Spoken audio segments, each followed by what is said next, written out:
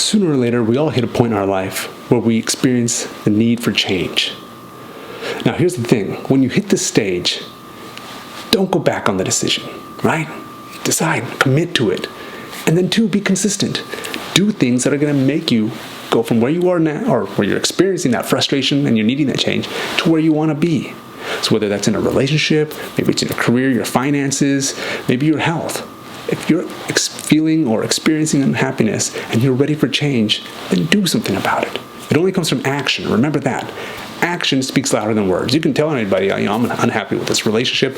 I'm unhappy with, my weight. Just whatever it may be.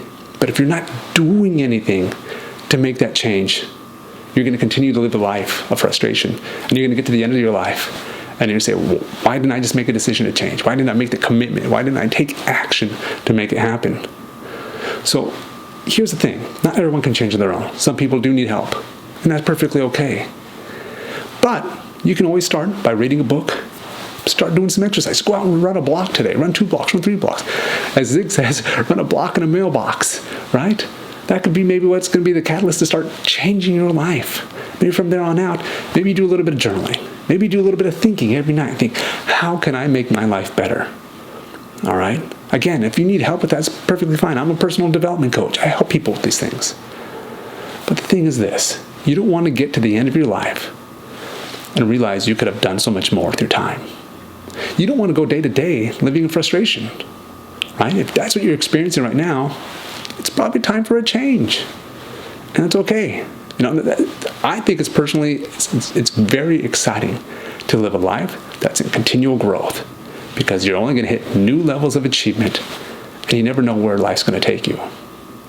I'll give you an example. So I used to have a fear of dancing, right? I don't know. I just had this fear for some reason. I just thought I was going to look like a fool. And so I never went to any school dances. I never just went to any sort of social function, any house party, anything. If it involved dancing, I did not want to be there.